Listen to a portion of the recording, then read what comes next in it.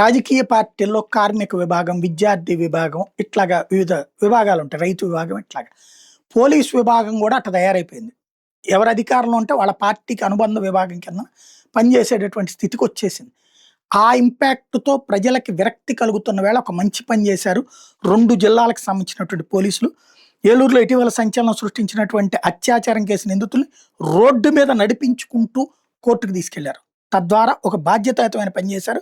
ప్రధాన నిందితుడైనటువంటి సస్పెక్ట్ షీటర్లు పులిగడ్డ జగదీష్ బాబు, లావోటి భవానీ కుమార్ వీళ్ళకి సహకరించిన ఆకేటి ధనుషుల్ని అరెస్ట్ చేసి two town police station court దాకా జనాలందరూ చూస్తున్న బహిరంగంగా నడిపించుకుంటూ తీసుకెళ్లారు.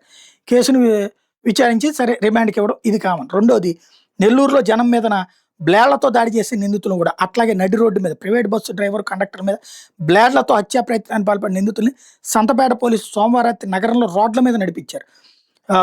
దాడిఘట్టంలో మదన్ అలియాస్ బాబీ, ఉప్పు శ్రీకాంత్, గొండవరపు అజయ్, యాక్సిర్ నితిన్, నక్క తేజాల్ని అదుపులో తీసుకున్నారు. వీళ్ళందరూ మందు కొట్టి రోడ్డు మీద అడ్డంగా బైకులు పార్కింగ్ చేసుకుని మాట్లాడుతుంటే బస్సు డ్రైవర్ హారన్ కొడితే బ్లేడ్లతో దాడి చేశారు.